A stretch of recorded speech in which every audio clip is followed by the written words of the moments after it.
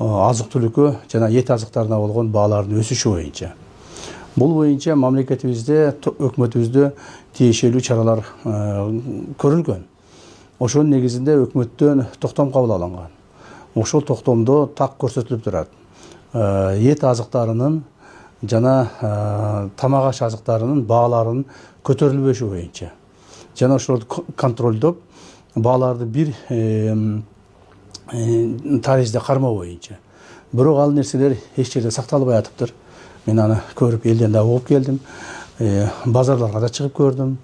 Мына кээ бир жерлерде эттин баалары 800-900 сомго чейин чыгып кетиптир. Кээ бир жерде 700-750 сомго чейин бар экен. Ал эми өкмөттүн токтомунда ошо 680 сомдон 700 сомдон ашырбасын деген. Эмне үчүн мындай болуп атат деп туруп андай изилдеп көрсөм, этти өзү мындай баягы дүңүнөн тапшыргандар, оптом тапшыргандар 450-500 сомдон алып келип тапшырат экен. Ал эми ошо саткан жанагы чайкоочулар аларды көбөйтүп, даже керек болсо 2 эсеге көбөйтүп жиберип атат экен да. Ошондуктан биз ушул нерселерди, бааларды контролдошубуз керек. 450 сомдон алып келип сатса, 500 сомдон алып келип сатса, 550 сомдон сатса болот. 1 килограмм этке 50 сом кошсо болот.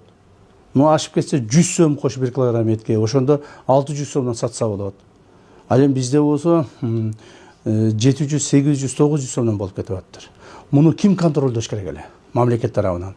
Муну мамлекет тарабынан контролдоого алган госантимонопольный комиссия бар. Ошолор агентство бар, ошолор караш керек эле.